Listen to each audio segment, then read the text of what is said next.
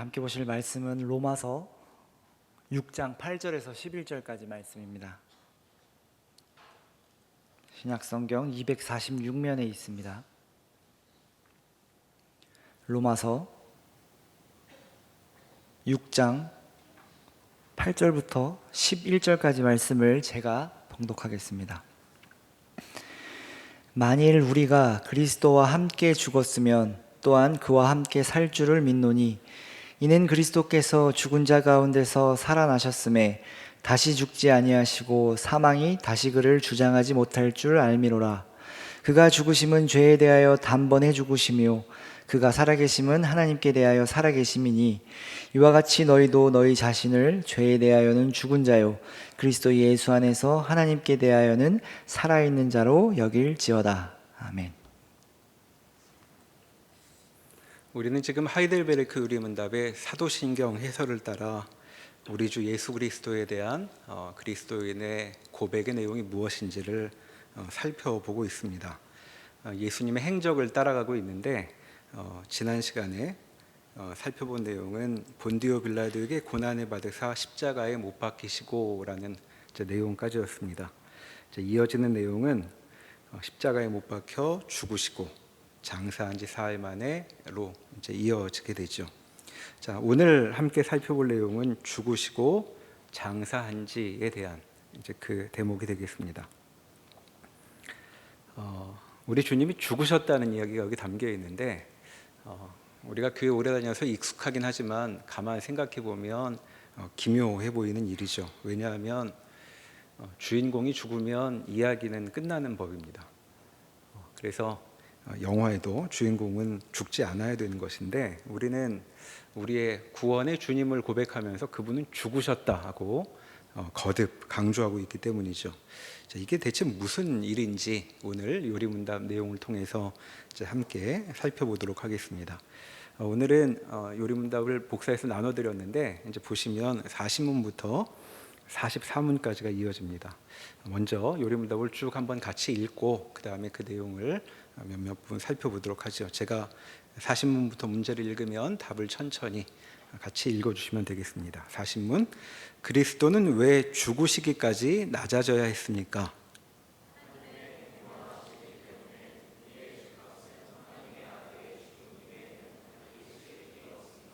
그리스도는 왜 장사되셨습니까?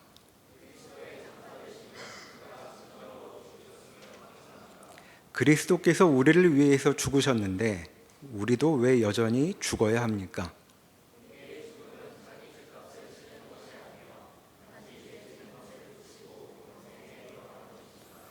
그리스도의 십자가의 제사와 죽으심에서 우리가 받는 또 다른 유익은 무엇입니까?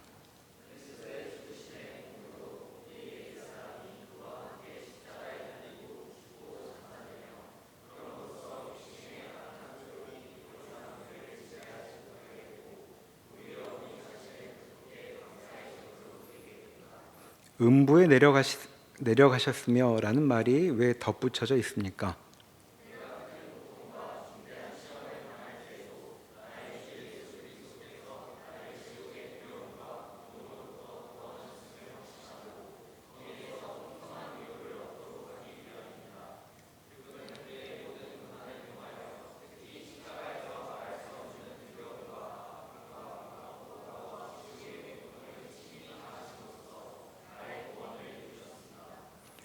지금 읽으신 부분에 나눠드린 그 요리문답을 보시면 아시겠지만 그 각주가 많이 달려 있죠. 이 각주는 전부 성경 구절입니다.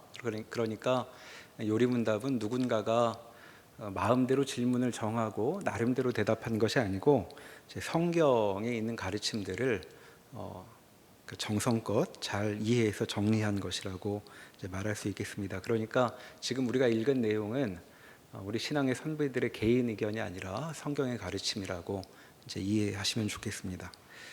지금 여러 가지 내용이 나와서 다 머리에 들어오진 않지만 골자를 추려보면 지금 우리가 읽은 요리문답의 본문은 두 죽음에 대한 이야기를 하고 있습니다.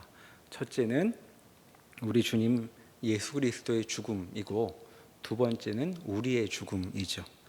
그러니까 그리스도인 신자의 죽음에 대한 내용이 두 번째로 나와 있습니다. 자, 우리 문화는 전통적으로 죽음을 그렇게 좋아하지 않습니다. 그러니까 죽는 일은 참 멀리 보내야 되는 일이죠.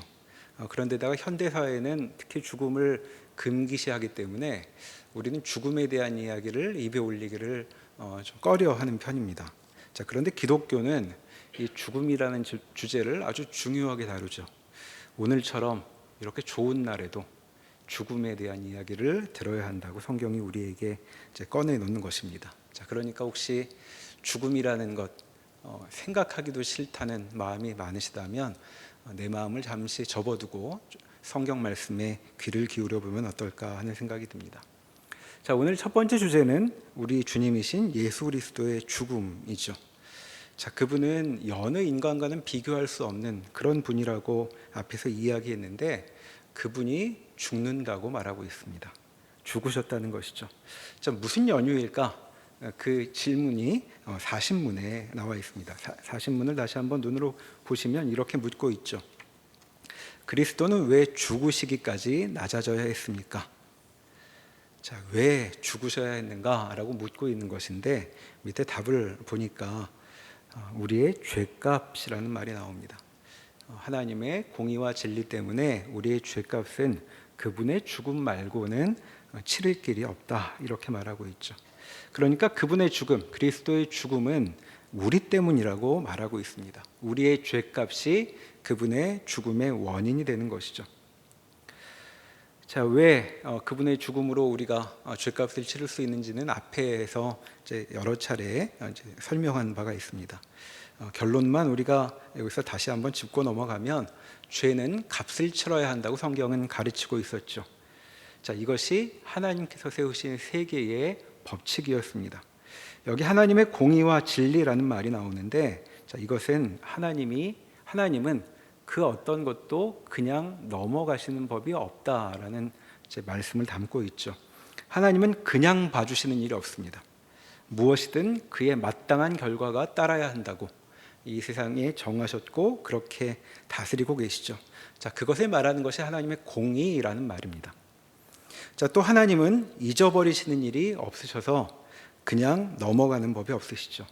하나님에게는 망각이 없습니다. 그것이 여기 하나님의 진리라는 말이죠. 자, 이와 같은 점이 분명히 드러난 첫 번째 사건이 에덴 동산에서 하나님께서 아담에게 하신 말씀입니다. 자, 그때 뭐라 그러셨냐 하면 선악을 알게 하는 나무의 열매를 먹지 말라. 내가 먹는 날에는 반드시 죽으리라고 말씀하셨습니다. 자, 그분의 이 말씀 한마디가 얼마나 힘이 있던지 우리는 아담이 대체 언제 쪽에 살던 사람인지 알 수도 없는데 여전히 그의 후손들은 죽고 있습니다. 자, 죽음으로부터 도망치려는 시도가 역사 속에 많이 있었죠. 특히 여러 가지 여건이 되는 분들은 불사를 이루려고 사방에 사람을 보내기도 하고 진귀한 약재를 찾기도 하고 온갖 노력을 해왔습니다. 그러나 어떤 능력자가 어떤 대단한 곳에서 보호를 받으려고 해도 죽음은 반드시 그에게 찾아왔죠. 자, 이것이 하나님의 말씀은 허공에 흩어지는 법이 없다는 한 가지 증거가 되는 것이고, 자, 이런 점을 하나님의 진리라고 말하는 것입니다. 자, 왜 그렇게 죽음은 힘이 있는가? 우리는 피해갈 수 없는가? 하나님의 공의와 진리 때문이죠. 자, 하나님의 공의와 진리가 요구하는 죄값이 우리를 죽음으로, 파멸로 몰아가고 있습니다. 자, 우리가 어떻게 이와 같은 운명을 피할 수 있는가? 우리가 파멸을 피할 수 있는 유일한 방법은 주님의 죽음뿐이었다고 성경은 가르쳐주고 있죠. 자, 우리의 죄값을 대신 치르시려고 주님은 우리를 대신하여 죽으신 것이라고 말할 수 있습니다. 자, 학교 다니는 분들은 학교에서 팀 과제를 할 때 누군가가 마지막 보고서를 그냥 제가 쓸게요 이렇게 말하면 어떤 기분인지 다 아실 것입니다. 참 고마운 일이죠. 아니, 저희를 혼자 다 하겠다니. 자, 그것만 해도 상상할 수 없는 일로 고마운데 대체 나를 위해 대신 죽는다는 일이 뭘까? 이제 이런 생각이 듭니다. 도무지 감이 안 오는 일이죠. 자, 그러면 예수님께서 우리를 대신하여 우리의 죄값을 치르셨다고 말하고 있는데, 그럼 그때 그분은 무엇을 경험하신 것일까 하는 질문을 이어서 해볼 수 있습니다. 자, 그분의 경험에 대해 이제 요리문답이 가르쳐주고 있는데, 먼저 요리문답의 설명을 따라가기 전에 마음의 준비를 하나 하면 좋겠습니다. 대체 다른 사람의 짐을 대신 진다는 것이 무엇일까? 한번 이제 우리가 상상할 수 있는 경우를 한번 생각해 보시죠. 방금 팀 과제 이야기를 했는데, 자, 어떤 분이 팀 과제를 혼자서 맡아서 정리해서 보고서를 제출하는 임무를 맡게 되는 경우를 한번 생각해 보시죠. 자, 여러분들도 그런 경우 있으실 겁니다. 자, 그동안 여러 차례 팀원들이 모였죠. 자, 이제 내일이면 제출을 해야 되는 날이어서 가까스로 시간을 잡아서 팀원이 모여서 10시간 토론을 했습니다. 그리고 이제 11시에 흩어지게 되는데, 좋은 팀원들이 나한테 자꾸 나를 쳐다봅니다. 아무래도 네가 쓰는 게 우리 학점을 위해서는 최고의 방법이겠다. 이제 그렇게 다수결로, 나는 합의도 하지 않았는데 정하고 나한테 모든 걸 안겨주고 다 떠나간 것이죠. 자, 과제 제출은 다음 날 9시입니다. 자, 다른 팀원들의 상황은 어떨까요? 이제 그분들은 방학이죠. 모든 걸 넘겼으니 이제 가서 잠을 잘 잘 수도 있고 게임도 해도 되고 이제 드디어 방학 기분을 즐겨도 됩니다. 자, 그런데 이 일을 맡은 나는 방학하고는 너무 먼 곳에 있죠. 잠도 못 자고 혼자 컴퓨터 앞에 홀로 앉아 있습니다. 자, 끝도 없이 이어지던 토론, 어제만 해도 벌써 12시가 넘었으니까 10시간 동안 토론했던 내용을 혼자 다 정리를 해야 됩니다. 자, 그리고 그걸 실제로 책에도 잡고 글로 써야 하는 것이죠. 자, 시계를 볼 때마다 시간은 자꾸 흘러서 벌써 새벽으로 넘어가고 있습니다. 자, 추조하고 몸은 피곤하고, 자, 그래서 커피를 들이부으며 컴퓨터 앞에서 계속 뭔가를 치고 있는 것이죠. 자, 겨우 끝까지 보고서를 한번 쓰고 나면 이제 다시 정신을 차리고 맨 앞으로 가서 정리를 해야 됩니다.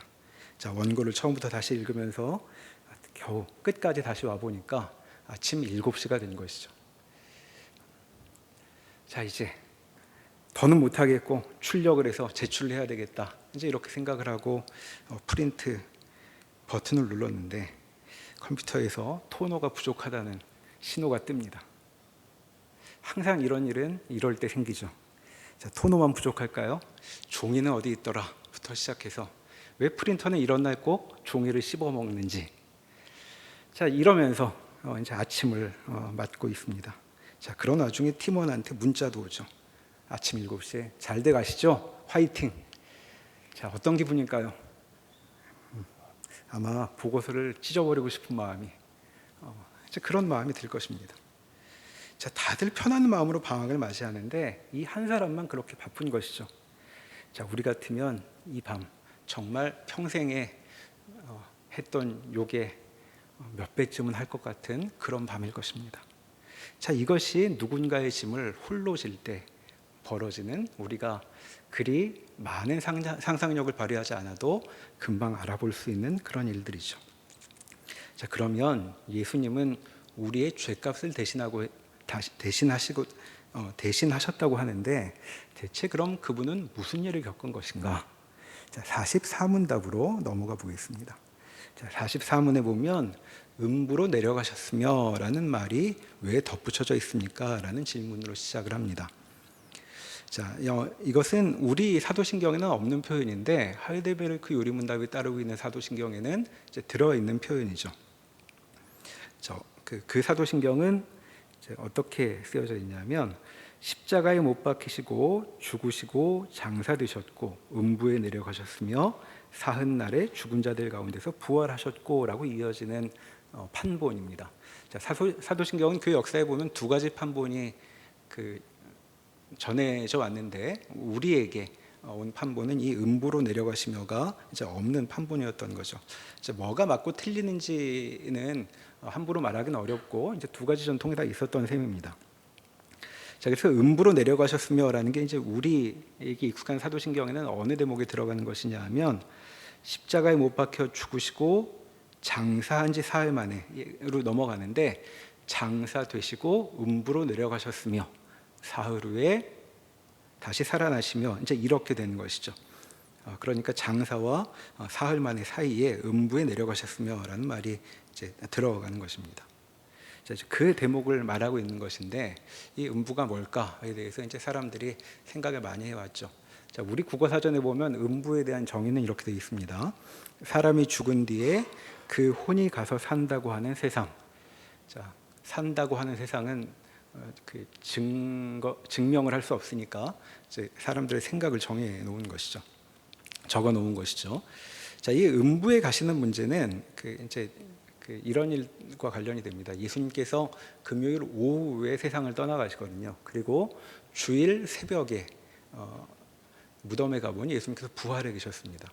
자, 그러니까 적어도 날짜로는 사흘, 그리고 적어도 하루 반 정도의 시간을 죽음의 상태에 있으셨다고 이제 우리는 이해하는데, 그동안 예수님의 영혼은 어디 계셨던 것일까 하는 그 질문이 이제 이 주제와 연결이 되는 것이죠. 그래서 음부가 어딜까에 대해서는 이제 여러 주장들이 있는데, 이것은 신앙 전통이 어디에 있느냐에 따라서 좀 견해가 달라집니다. 예를 들면 카톨릭 교회에서는 예수님께서 죽으시고 부활하시기 사이에 림보에 가셨다고 얘기를 합니다. 림보란 말 아십니까? 림보는 그 지옥 옆에 있는 특별한 공간이라고 불리는 곳입니다. 자, 거긴 누가 있냐 하면 구약에서 하나님을 따르던 사람들하고 세례받지 못하고 죽은 유아들이 있다고 이제 카톨릭 교회는 이제 그렇게 설명을 합니다. 카톨릭 교리에 따르면 세례 안 받고 세상을 떠나면 천국에 갈 수 없기 때문에 그렇다고 무슨 아직 죄를 지은 건 아니니까 지옥에는 안 가고 림보라는 곳에 지옥 옆에 이제 가 있다는 것이죠. 그런데 예수님께서 죽으셔서 그 림보에 가셔서 그들을 데리고 나오셨다. 이제 카톨릭 교회는 그렇게 가르칩니다. 그리고 루터 교회 같은 경우는 예수님께서 그때 정말 그 지옥에 가셨다고 이제 이해를 하죠. 이 음부는 지옥이라고 이해가 돼서 그럼 지옥에 왜 가셨는가?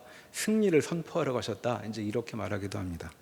근데 이제 우리가 속한 장로교회는 이제 이것을 이제 이런 식으로 이해하기는 좀 어렵지 않나 그렇게 생각을 합니다. 왜냐하면 자, 그 복음서의 내용 하나를 우리가 기억해 볼 수 있는데, 십자가에 달리신 예수님이 옆에 같이 그 십자가에 달려 있던 행악자에게 이렇게 말씀하신 적이 있죠. 내가 진실로 진실로 내게 이르노니 오늘 내가 나와 함께 낙원에 있으리라 라고 말씀하신 내용이 누가복음에 적혀 있습니다. 자, 이 예수님의 말투를 보면 지금 이 사람한테 넌 잠시 기다려라, 내가 어디 좀 갔다 올게, 이런 말투로는 보이지 않죠. 그러니까 죽으면 같이 낙원에 가자는 말로 이해가 됩니다. 보통 이제 낙원과 음부를 구분하는데 이제 상식 삼아 기억을 해두십시오. 신자가 죽어서 가는 곳은 낙원입니다. 그리고 불신자가 죽어서 가는 곳을 음부라고 보통 얘기를 하죠. 자, 그럼 천국은 무엇인가? 천국은 나중에 주님 재림하신 이후에 육체가 부활하게 되는데 영혼과 육체가 그때 다시 만나서 가게 될 곳이 이제 천국이라고 말할 수 있겠습니다. 그러니까 예수님은 지금 육체는 이 땅에 계시니까 낙원에 가시겠다고 이제 말씀하시는 것이 되죠. 자, 다시 이제 예수님의 말씀을 떠올려 보면 예수님이 낙원에 가신다고 말씀하셨으니 이제 음부에 내려가셨다는 말이 어떤 장소의 이동을 뜻하는 것은 아니겠구나 하고 우리 교회 전통에선 이해를 합니다. 그래서 이 음부에 내려가셨으며라는 말은 장소 문제가 아니라, 그러니까 공간상의 이동을 가리키는 말이 아니라 어떤 상태의 변화를 가리키는 것으로 이제 우리는 이해하고 있는 것이죠. 자, 그럼 예수님 음부에 내려가셨으며라는 말은 예수께서 죽으시고 어떤 일을 경험하셨습니까? 라는 말, 어떤 상태에 이르셨습니까? 라고 그 질문을 좀 바꿔볼 수 있는 겁니다. 자, 44문답의 후반부가 이제 그에 대한 답을 말하고 있죠. 자, 거기 43문의 답 후반부를 제가 읽어보겠습니다. 그분은 그의 모든 고난을 통하여 특히 십자가에서 말할 수 없는 두려움과 아픔과 공포와 지옥의 고통을 친히 당하심으로써 나의 구원을 이루셨습니다. 라고 되어 있죠. 자, 우리 주님께서 우리를 대신해서 겪으신 일이 무엇인가? 자, 한마디로 음부 경험이라고 할 수 있는데 그걸 풀어서 말할 수 없는 두려움, 아픔, 공포, 지옥의 고통이라고 말하고 있습니다. 자, 이것이 무엇인가 생각해 보기 위해 이제 복음서에서 우리는 실마리를 하나 찾아보도록 하겠습니다. 마가복음 15장으로 한번 가보시죠. 마가복음 15장 신약성경 83면 안에 있습니다. 마가복음 15장 34절 말씀입니다. 마가복음 15장 34절. 자, 예수님께서 십자가에 달리셨을 때의 이제 일인데, 자, 34절을 제가 한번 읽겠습니다. 제9시에 예수께서 크게 소리 지르시되 엘리 엘리 라마 사박다니 하시니, 이를 번역하면 나의 하나님 나의 하나님 어찌하여 나를 버리셨나이까 하는 뜻이라. 33절에부터를 보면 예수님께서 십자가에 달리신 일은 제3시였습니다. 자, 제3시 오전 9시에 십자가에 달리시고, 여기 33절에 나온 제6시 정오 12시에 온 땅에 어둠이 임하죠. 3시간 만에 어둠이 임하고, 그리고 그 어둠이 제9시까지 오후 3시에 이르도록 계속됩니다.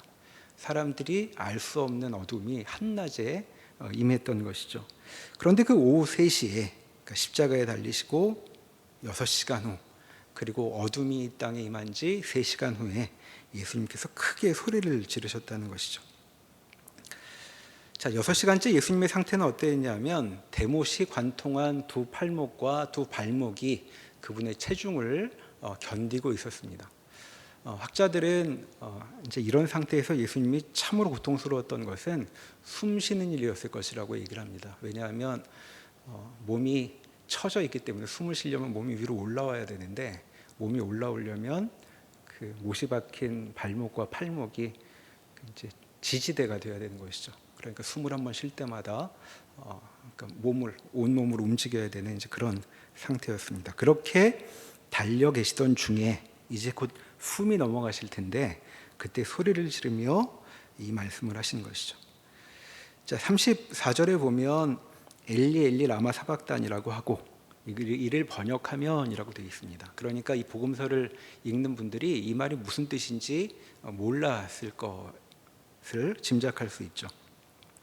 여기 엘리 엘리 라마 사박단이는 아람어입니다. 아람어, 예수님의 모어죠. 그러니까 그 당시 이스라엘 사람들이 사용했던 단어가, 그 언어가 아람어인데, 이제 이 아람어를 여기 이제 노출시켜 놓은 겁니다. 자, 마가복음에 이 예수님께서 아람어로 말씀하시는 부분을 우리에게 알려주고 있는 대목이 세 부분인데, 그 중에 또 하나가 바로 앞장에 나옵니다. 자, 14장으로 넘어가 보시면 14장 36절입니다. 자, 그 14장 36절의 대목은 어디냐면 예수님의 겟세마네 기도 장면이죠. 예수님께서 곧 잡히실 것을 아시고 제자 셋과 함께 기도하러 가십니다. 그때 이제 기도를 하시는데 34절에 보면 이렇게 되어 있죠. 이르시되 아빠 아버지여, 아버지께서는 모든 것이 가능하오니 이 잔을 내게서 옮기시옵소서. 이제 이렇게 이어지는 기도인데, 여기 아빠 있죠. 아빠, 이게 우리말이 아닙니다. 아람어죠. 아람어 아빠는 아버지란 말입니다. 그러니까 지금 아버지라는 예수님의 모어를 표현하고, 무슨 말인지 모르니까 뒤에 아버지여라고 이제 번역문을 붙여놓은 셈이 되는 것이죠. 자, 우리에게 아빠는 어린이들이 쓴 말인데, 이제 이 아람어의 아빠는 그렇지는 않고 이제 아버지라는 말입니다. 그런데 예수님께서 아빠라는 말을 쓰신 것 자체가 아주 특별한 사건이었습니다. 왜냐하면 당시에 하나님을 두고 아버지라고 부르는 사람이 없었기 때문이죠. 그분은 하나님이었습니다. 근데 예수님만 유독 아버지라고 부르고 있는 것이죠. 자, 여러분 혹시 학교에서 호부호영이라는 말 들어보셨습니까? 저희 때는 그 말이 있었는데, 자, 어디 나오는 말이냐면 홍길동전에 나오는 말입니다. 자, 호부호영, 아버지를 아버지라고 부르고 형을 형이라고 부르는, 이제 그 홍길동이 그걸 못해가지고 되게 속상해합니다. 왜냐하면 홍길동은 서자여서 아버지를 보고 대감마님 이렇게 부르죠. 그리고 본인은 소인 이렇게 부릅니다. 그러니까 아버지라고 그 평생 부르지 못해가지고 너무 속이 상한 이제 그 대목을 이렇게 나와있는데 이제 그 호부호영이란 말인데 홍길동이 그렇게 불러보고 싶었던 그 아버지란 말을 예수님은 당대에 아무도 못 쓰고 있는데 예수님만 쓰셨다는 것이죠. 자, 지금 어떤 자리냐면 죽음을 앞두고 아버지께 간구를 하고 있습니다. 하나님께. 자, 어떻게 간구하냐면 아버지라고 부르며 자, 아버지라고 불렀다는 것이 그 생생하게 드러나도록 지금 아람어를 그냥 우리에게 알려주고 있던 것이죠. 마치 우리가 어려운 일을 당할 때 자동으로 나오는 말들이 있지 않습니까? 여러분들은 무슨 말이 나오시나요? 대부분 엄마 이런 게 나옵니다. 엄마 그러면 다 필요 없고 그 한마디로 모든 게 설명이 되는 거죠. 지금 예수님이 그렇게 하고 있는 중이십니다. 자, 이게 그 아람으로 쓰여 있는 그 하나님에 대한 호칭이었는데 또 하나 나오는 게 방금 읽었던 15장 35절의 엘리엘이 라마 사박단이었던 거죠. 자, 참으로 친밀한 관계를 보여주고 있던 예수님만 쓰시던 그 아빠라는 말이 여기에 나오지 않습니다.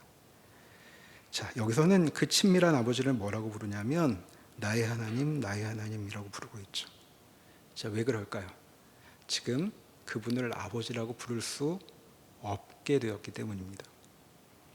도무지 그분을 이제껏 그토록 친밀했던 그분을 아버지라고 부를 수 없는 자리가 된 것이죠. 자, 엄마라는 말이 불쑥 튀어나와야 할 것 같은 자리인데 엄마라고 부를 수가 없습니다. 뭐라고 부를까요? 김 회장님 이렇게 부르는 것 같은 이제 그런 상황이 됩니다. 자, 왜 그럴까? 왜 이때는 늘 부르던 아버지를 부르지 못했을까? 그 이유가 이 말에 나와 있죠. 자, 지금 아버지라면 절대 겪게 하지 않을 일을 이 아들이 당하고 있기 때문입니다. 자, 이렇게 말이 이어지죠. 어찌하여 나를 버리셨나이까? 지금 예수님의 경험은 버림받음입니다. 버림받음. 자, 버림받음이 어떤 걸까요? 한번 또 우리의 경험을 떠올려 봅시다. 경험이 없으시면 좋겠지만, 자, 혹시 실현했던 경험 있으신 분 있으십니까? 자, 그날 하늘을 한번 떠올려 보시죠. 자, 어디 입사시험 떨어졌던 기억이 있으십니까? 자, 그날 주위 풍경을 한번 돌아보십시오. 어땠는지. 자, 나는 죽을 것 같은데 세상은 찬란하고 아름답습니다. 자, 그런 게 버림받음의 기분이죠. 자, 그런데 버림받음에 대해서 좀 더 생각을 해볼 필요가 있겠습니다. 자, 이제 우리의 경우로 이렇게 상상을 또 해봅시다. 자, 여러분 예배를 마치고 나갔는데 오늘따라 이상하게 사람들이 나한테 눈을 맞추지 않습니다. 인사도 받지 않고 말도 걸지 않고 심지어 내가 말을 걸어도 대답도 하지 않습니다. 자, 여러분 기분이 어떠실까요? 아주 이상할 겁니다. 자, 이게 무슨 일인지 하고 청년부에 올라가서 말을 거는데 아니 거기도 아무도 나한테 아는 척을 하지 않고 내가 없는 것처럼 굴죠. 자, 그럼 어떨까요? 아마 짐 싸서 나갈 겁니다. 그런 곳에 있기가 참 쉽지 않죠. 그래서 세상에 내가 이런 일을 다 겪는다고 친한 친구한테 전화를 하는데 친구도 전화를 받지 않습니다. 어디에 연락을 해도 나한테 답을 해주지 않고 카톡을 보내도 아무도 확인하지 않습니다. 자, 그렇게 해서 집에 들어갔는데 집에 들어갔더니 역시 가족들도 아무도 나를 쳐다보지 않는 것이죠. 자, 어디에도 하소연할 곳이 없습니다. 아무도 나를 듣지 않으니 화를 낼 곳도 없고 이 심정을 풀어놓을 곳이 없죠. 자, 이게 버림받음일 것입니다. 자, 우리는 사람들 때문에 기분도 나쁠 수 있고 그래서 투덜거릴 수도 있는데 그건 투덜거릴 사람들이 있을 때는 하는 일입니다. 자, 아무도 없다면 내가 뛰어내려 죽겠다고 해도 아무도 나를 쳐다보지 않는다면 나는 어디 화풀이할 곳이 전혀 없는 것이죠. 자, 그럴 때 우리는 버림받음이란 말을 이해해 볼 수 있습니다. 그런데 지금 예수님의 상황은 어떤 것이었냐면 그걸 넘어갔습니다. 자, 세상이 예수님을 죽여버리겠다고 이런 존재는 세상에서 없어져야 한다고 소리를 질러 지금 십자가에 달리셨습니다. 자, 그래서 모두로부터 외면당하고 지금 하늘을 쳐다보고 있죠. 자, 하늘에 그 친밀하기 이를 데 없는 내가 너를 사랑하노라 라고 하셨던 그분을 쳐다보는데 그분도 외면하고 있습니다. 그런데 외면 정도가 아니었습니다. 실은 냉정함을 넘어서서 나를 주목하고 계시죠. 어떻게? 심판받을 자로 죽여버리려고 나를 쳐다보고 계시는 것입니다. 자, 이것이 지금 예수님이 경험하신 버려짐이라는 경험이라고 얘기해 볼 수 있겠습니다. 아직 우리 수준이 많이 높지 않아서, 제 수준이 높지 않아서 더 깊이 설명하지 못하지만 아마 이런 일로 이 경험을 짐작해 볼 수 있겠죠. 자, 하이델베르크 요리문답은 어떻게 지금 그 경험을 요약했냐 하면 말할 수 없는 두려움, 아픔, 공포, 지옥의 고통을 그분이 경험하셨다 이렇게 얘기하고 있습니다. 자, 우리가 겪어야 할 일을 그분이 대신 겪으셨다라고 우리는 교회 다니며 배워 알고 있는데 바로 그와 같은 것이 우리가 겪어야 할 일이었던 것입니다. 하나님을 거절할 때, 죄를 지을 때 피조물 인간이 당하게 될 일, 자, 이런 것이 우리에게 주어져야 했던 일이죠. 자, 그걸 보면 우리는 꽤 자존심을 갖고 사는 존재처럼 보이지만 실은 참 별것 없는 상태에 있다는 것을 알 수 있습니다. 우리는 공기만 없어도 5분을 제대로 버티지 못하는데 대체 이 세상의 주인이시고 이 모든 것들을 만드신 주님 없이 얼마나 버틸 수 있을까? 아니, 버티는 정도가 아니라 이렇게 버림받으면 우리가 상상할 수 있는 한계를 넘어가 버리게 되죠. 자, 그러니까 우리가 생각하는 가장 두려운 일들, 그 총합이 그분에게 쏟아져 내렸던 것입니다. 자, 우리 고통의 총합만이 아니라 인류 모두의 고통의 총합이 그 시간 쏟아져 내렸던 것이죠. 자, 그런 의미에서 예수님께서 당하신 죽음은 그 누구도 경험할 수 없는 아주 독특한 것이었다고 말할 수 있겠습니다. 정말 그분만 겪으실 수 있는 그런 죽음을 그때 당하신 것이죠. 자, 어쩌자고 주님은 그럼 그런 일을 당하셨는가? 자, 그 일로 무엇을 이루려고 하시는가? 그것이 42문에 나옵니다. 자, 42문에 제가 다시 한번 그 문제를 읽으면 답을 같이 읽어주시면 좋겠습니다. 그리스도께서 우리를 위해서 죽으셨는데 우리도 왜 여전히 죽어야 합니까?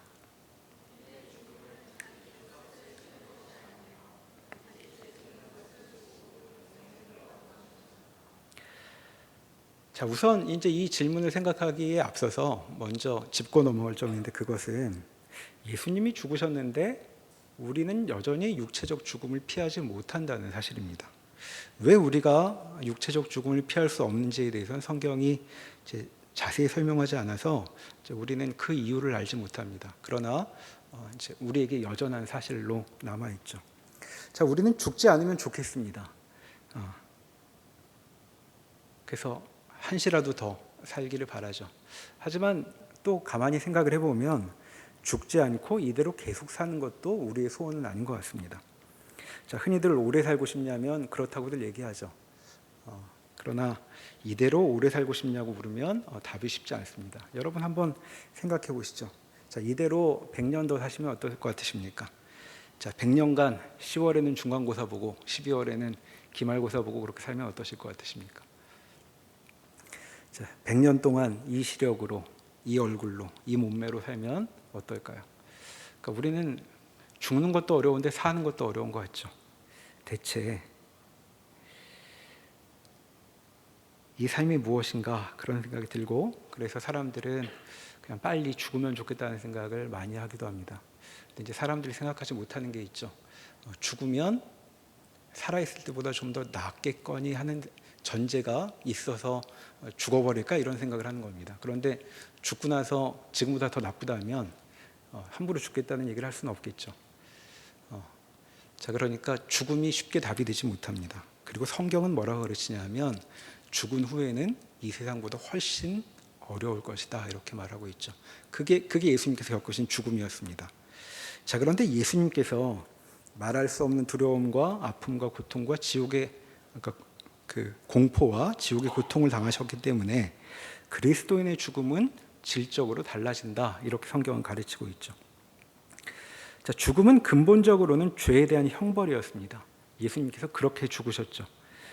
그런데 그와 같은 두려운 일은 예수님께서 다 감당하셨다고 성경은 말합니다. 그래서 그 이후에 죽는 자들, 그리스도인의 죽음은 같은 죽음처럼 보이지만 전혀 다른 내용을 갖게 되는 것이죠. 자, 요리문답은 이렇게 말합니다. 우리의 죽음은 자기 죄값을 치르는 게 아니다. 자, 그럼 우리에게 죽음은 어떤 것인가? 이렇게 말합니다. 죄 짓는 것을 그치고 영생에 들어가는 것입니다. 자, 그리스도인 우리에게는 죽음으로 전혀 다른 시간이 펼쳐진다고 말씀하고 있습니다. 자, 예수님의 죽음은 이 땅의 행복과는 비교할 수 없는 또 다른 삶을 우리에게 보장하는 것이죠. 하나님은 죽음으로, 자, 우리가 죽을 때 우리의 죽음을 통해 우리에게 드리워져 있던 슬픔을 끝장내버리십니다. 그리고 그 다음 단계로 넘어가게 하시죠. 그러니까 죄 짓는 것을 그치게 하신다라는 말은 그런 뜻입니다. 내가 죄를 짓고 안 짓고 라는 의미뿐이 아니라 죄의 영향 아래 있기를 그치고 죄로 인해 신음하기를 그치게 된다는 말이고, 우리의 죽음은 그 일을 이루어낸다고 말하고 있는 것이죠. 자, 그러니까 죽음으로, 육체적 죽음을 당할 때 불신자들은 죄의 영향 한가운데로 밀려가는 경험을 하게 된다면, 신자들은 죽음으로 죄의 영향 아래 있기를 끝내버리는 일이 있는 것입니다. 그러니까 죽으면서 우리는 더는 죄와 상관없는 자리로 나아가게 되는 것이죠. 자, 그러니까 신자에게 죽음은 해방을 뜻합니다. 달리 표현하면 요리문답 말씀대로 우리는 이 죽음을 통해 영생으로 들어간다고 말하고 있는 것이죠. 자, 우리의 죽음은 영생에 들어가는 것입니다 라고 지금 번역하고 있는데, 영어에서 이 들어가는 것을 엔트런스라는 그 단어로 옮겨놓고 있습니다. 사전 찾아보면 엔트런스 첫 번째 뜻은 문입니다. 문. 자, 죽음은 우리에게 문이 된다는 것이죠. 어디로 들어가는? 영원한 삶으로 들어가는 문이 된다고 말하고 있습니다. 자, 여기에서 그리스도인의 장례식이 각별한 의미를, 다른 의미를 갖게 되는 것을 확인하게 되는 것이죠. 자, 보통 신앙이 없는 분들에게 장례식은 아주 슬픈 일입니다. 자, 영결식이라고 말하기도 하죠. 자, 영결식 뜻이 뭐냐면 영원토록 헤어진다는 뜻입니다. 영결이란 말은. 근데 우리 그리스도인들은 장례식에서 영결을 떠올리지 않죠. 왜냐하면 죽음이 그런 것이 아니기 때문입니다. 우리는 이 세상이 좋은데, 이 세상에 더 살고 싶은데 퇴거 명령을 받아서 쫓겨나는 것이 아닙니다. 신자의 죽음은 드디어 주께서 마련하신 좋은 곳으로 들어가는 일이 실현되는 자리라고 말하고 있기 때문이죠. 자, 그래서 이 죽음은 우리에게 기대할 만한 것이 된다고 성경은 가르칩니다. 진짜로 내가 어떤 존재인지를 만나게 되는 시간이기 때문이죠. 자, 그렇게 해서 영생으로 들어가는 것입니다. 자, 영생은 성경이 우리에게 말하고 있는 하나님께서 우리를 위해 마련하신 최고의 선물을 가리키는 것이죠. 자, 영생, 영원한 생명이란 말인데, 영생이 좋은 이유는 영원 때문이 아닙니다. 앞에서 말한 것처럼 우리는 이대로 영원히는 상상하기 어렵죠. 자, 그러니까 영생이 하나님의 선물이 되는 이유는 그 생명이 특별한 것이기 때문에 그렇습니다. 최고의 것, 그것을 생명이라고 부르고 있고, 지금 요리문답은 뭐라고 얘기했냐면 죽음의 영향으로부터 자유로운 상태, 죄와는 무관한 상태를 이 생명이라고 말하고 있는 것이죠. 그리고 그 일이 비로소 제대로 실행되는 자리가 우리의 죽음이다라고 말하고 있습니다. 그러나 이 일은 그저 죽음 이후에만 국한되는 것은 아니라고 43문에서 말합니다. 자, 43문을 다시 한번 보시면 우리가 받는 또 다른 유익이 있다고 말하고 있죠. 자, 그리스도의 죽으심의 공효로, 어려운 말인데 죽으시는 그 공을 들인 효과가 무엇이냐? 자, 우리는 육신의 악한 소욕이 더 이상 우리를 지배하지 못하게 되고 오히려 우리 자신을 그분께 감사의 제사로 드리게 됩니다라고 얘기하고 있습니다. 자, 죽기 이전의 우리의 삶도 더는 육신의 악한 소욕의 지배를 받지 않게 된다라고 말하죠. 자, 죄의 영향 아래 있지 않다고 말하는 것입니다. 자, 그뿐 아니라 적극적으로는 감사의 제물로 우리를 드릴 수 있다고 말하죠. 자, 감사라고 요약되는 삶이 우리에게 열린다는 말입니다. 자, 감사는 반응입니다. 그러니까 뭔가 만족스러울 때 따라오는 것이죠. 그러니까 우리 인생에 감사를 말할 수 있다는 것은 감사할 만한 일이 이미 벌어진다는 것을 전제하고 있는 말이죠. 하나님이 마치 그 구독과 좋아요 눌러주기를 바라는 것처럼 우리한테 제발 감사 좀 해라 이렇게 말씀하시는 분이 아닙니다. 하나님은 거지가 아니시죠. 자, 감사는 하나님 이거 참 좋습니다. 이대로라면 하루 더 살아볼만 할 것 같습니다. 인생이 참 아름답습니다라고 말하는 것, 감탄하여 나오는 반응이 감사인 것이죠. 그러니까 그리스도의 죽음은 우리에게 무엇을 가져다 주냐 하면 인생의 만족을 가져다 주게 되는, 더 이상 죄에 눌려 신음하지 않고 죽음이 두려워 공포에 질려 있지 않고 인생의 마음이 가득 채워지는 만족을 말하는 일을 이룬다고 여기 말하고 있는 것입니다. 자, 이렇게 지금 요리문답은 우리 앞에 두 죽음을 세워놓았습니다. 자, 하나는 인류의 슬픔인 말할 수 없는 두려움, 아픔, 공포, 죽음의 지옥의 고통을 다 떠안으신 죽음이고, 그리고 또 하나는 기쁨을 안고 살며 진짜 즐거움을 향해 나아가는 문이 되는 죽음이 우리 앞에 놓여 있는 것이죠. 오늘 우리가 본문으로 읽은 로마서가 그 얘기를 하고 있습니다. 다시 한번 로마서 6장 8절로 가보시겠습니다.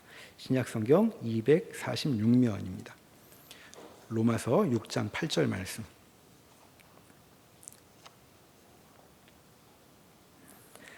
자, 6장 8절을 같이 소리내서 읽어보면 좋겠습니다. 만일 우리가 그리스도와 함께 죽었으면 또한 그와 함께 살 줄을 믿노니. 자, 이것이 우리의 현실에 대한 요약입니다. 그리스도의 죽음은 우리에게 무엇을 가져왔는가? 그분과 함께 우리는 죽게 되어 더는 죄에 사로잡히지 않고 살아있게 되었다라고 말씀하고 있죠. 자, 9절에 보면 사망이 다시는 그리스도를 주장하지 못한다고 말합니다. 왜냐하면 그분은 죽으셨기 때문에 죽음이 그분에게 또 영향을 끼칠 수 있는 여지가 없다는 것이죠. 근데 그것은 주님에게만이 아니라 우리에게도 마찬가지입니다. 자, 그분의 죽음 때문에 사망은 우리에게도, 우리의 삶도 주장할 수 없게 되었습니다. 10절에서 말하듯 우리는 죄에 대하여 죽은 자가 되었습니다. 죄의 세력에 매이지 않은 자, 살아있는 자가 되었다고 오늘 본문이 말하고 있는 것이죠. 자, 우리는 살아있게 되었다. 그리스도의 죽음이 우리에게 생명을 말하게 되었다라고 얘기하고 있습니다. 자, 그러니 그리스도의 죽음 덕분에 우리는 우리 인생에 좀 다른 단어들을 찾아야 할 때가 된 것이죠. 자, 우리는 많은 설명이 필요 없이 지난주 어땠냐고 물어보면 지난주도 슬펐다고 말하기 쉽고 우울한 일들이 많았다고 말하기 쉽고 그 전주나 마찬가지로 지난주도 죽지 못해 살았어요 라는 말이 우리에게 일반적인 어휘입니다. 그러나 그리스도인들은 인생에 대해서 다른 설명을 해보라고 제안받고 있는 것이죠. 자, 이따 청년 모임 시작할 때 자, 그리스도의 죽음을 경험한 사람들로서 우리는 우리에게 주어진 인생을 어떤 단어로 설명할 수 있을지 한번 나누는 시간에 의견을 나눠보면 좋겠습니다. 주의 죽음이 우리에게 생명을 가져왔으니 이 가을을 만끽하시는 복된 시간이 되시길 바랍니다. 기도하겠습니다. 하나님, 저희는 채 알지 못하는 사이에 그리스도께서 우리의 슬픈 운명을 불쌍히 여기시고 하나님의 의롭고 진실하신 심판을 대신 당하셔서 저희에게 생명을 선사해 주셨습니다. 이제 우리는 죽음으로 설명될 수 없고 생명과 기쁨으로 설명된 인생을 살도록 초대받았습니다. 하나님, 우리에게 주어진 시간이 그렇게 특별한 것이라는 사실을 기억하여 순간순간 주님의 자녀들로 살아가는 복을 누리게 하여 주시옵소서. 예수님의 이름으로 기도합니다. 아멘.